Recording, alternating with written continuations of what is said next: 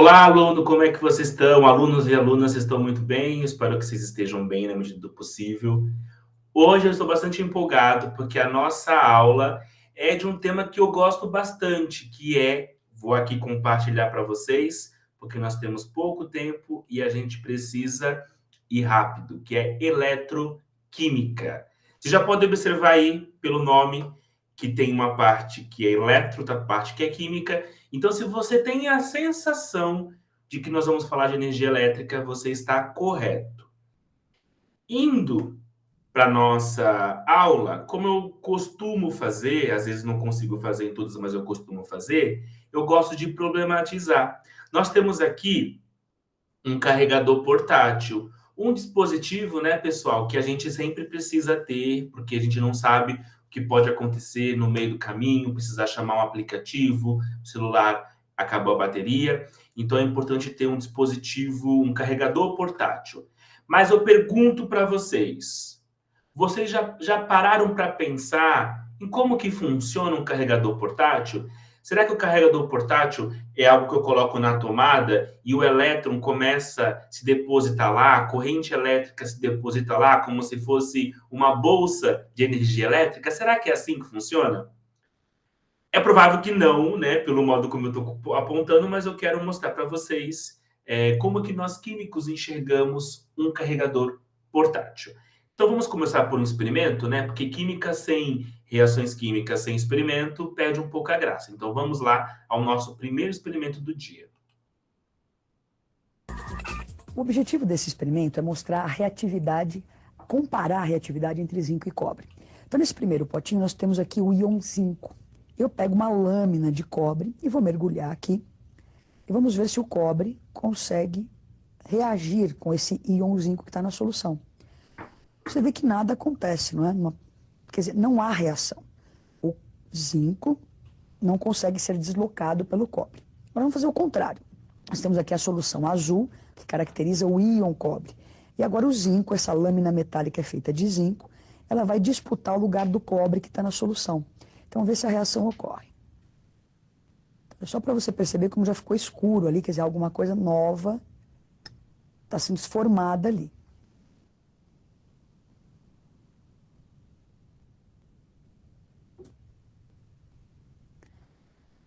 Bom, agora passou um tempinho, não é? Nós vamos ver o que aconteceu aqui mais de perto.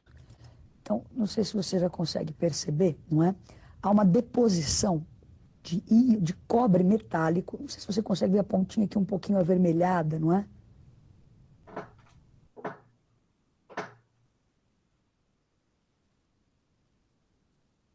Daí o que acontece? Então nós vamos fazer o seguinte, passando a mão aqui, olha, você vê que é só uma camada superficial que nós temos aqui. Então a reação ocorre, essa lâmina de zinco, não é? Ela consegue reduzir o cobre. Então está na minha mão é cobre metálico, eu acho que não vai se formar um fio de cobre aqui, não é? Mas é o cobre metálico. Então nós estamos provando que o zinco é mais reativo que o cobre, ele consegue deslocar o cobre. Nós vamos agora ver mais uma vez, mas agora eu vou colocar aqui para vocês no mudo e eu vou comentando. Então, como nós vimos, o experimento que a professora ela coloca, ela mostra em dois momentos. No primeiro caso, ela vai pegar uma placa de cobre e ela vai identificar, inclusive pela coloração, e vai colocar numa solução transparente, que é uma solução de íons de zinco. Então, o que acontece? Quando você tem cobre metálico mais íons de zinco, não ocorre reação. Agora, no segundo momento, ela faz o inverso. O que seria esse inverso? Não é mais placa de cobre, é placa de zinco. Não é mais solução de zinco, é solução de cobre. E quando ela coloca esses materiais em contato, olha lá o que aconteceu, já fica escura a placa. Por quê? Ocorre alguma coisa ali. A gente tem uma evidência, né, que ocorreu algo. Primeiro pela coloração, e depois, até vocês viram pelo vídeo, ela passa a mão e ela consegue retirar essa camada que se deposita sobre a placa. Olha lá, a placa com essa camada que se deposita. E aqui é um ponto importante porque foi apenas o contato, apenas aconteceu o contato, não teve nenhum outro esforço, então a gente vai chamar isso de uma reação espontânea. Ocorreu uma reação e essa reação é espontânea. Então, é importante pensar que quando químicos, engenheiros, pessoas da área de tecnologia, quando eles descobrem algo, algum aspecto, e logo eles tentam dar uma aplicabilidade para aquele processo. E foi isso que foi feito. Foram feitos vários experimentos e um deles resultou o que nós conhecemos hoje como pilha de Daniel e recebe o nome Daniel por conta do cientista que produziu essa pilha. Ele pegou a placa de cobre, pegou uma placa de zinco e ele fez um novo sistema. Olha aqui, ó. Nós temos a placa de cobre em solução de cobre, nós temos a placa de zinco em solução de zinco. Só que agora, ó, os metais estão ligados por um fio condutor. As soluções estão ligadas por uma ponte salina. Fiquem tranquilos que veremos isso mais para frente. O que me interessa aqui para vocês, né, o que me interessa mostrar para vocês, é que nesse processo, por ter um fio condutor, nesse fio condutor que liga as placas, vai passar uma corrente de elétrons, ou seja, uma corrente elétrica. E se tiver ali algum dispositivo eletrônico, esse dispositivo ele vai se acender, ele vai se ligar. Então, eu coloquei para vocês aqui uma pequena definição. Pilha é um dispositivo, é esse sistema aqui como um todo, onde ocorrem reações químicas espontâneas, ou seja, sem nenhum esforço, é só colocá-las em contato, que geram corrente elétrica. Essa corrente elétrica passa pelo fio condutor. Professor Caio, tô achando estranho isso daí, me prova. Trouxe então aqui mais um vídeo para vocês. Esse aqui eu vou comentar, tá? Vou passar uma vez só. Então aqui, ó, tem lá a primeira cubetinha, colocou sulfeto de zinco, um íon, uma solução iônica. Na outra, aquela solução azul, sulfato de cobre, que é para dar ali os íons de cobre. Em uma que tinha solução de zinco, colocou a placa de zinco. Na onde tinha solução de cobre, colocou a placa de cobre. Nós identificamos pela coloração das placas. Agora ali, ó, tá preparando a ponte salina.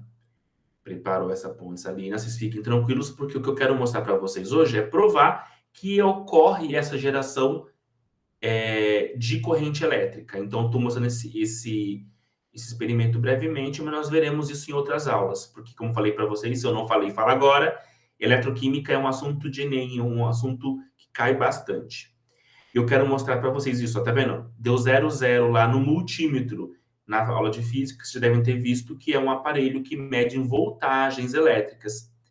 Conectou nas placas, olha o valor agora, 1,04. Ou seja, a partir do multímetro, a gente vê que naquele sistema ocorre uma reação espontânea, que por hora não, a gente não vai dar nome, a gente não vai descrever, mas que nessa reação espontânea ocorre geração de energia elétrica, de corrente elétrica. Agora, é importante pensar, e por isso que eu trouxe aqui, um segundo experimento. Vamos ver?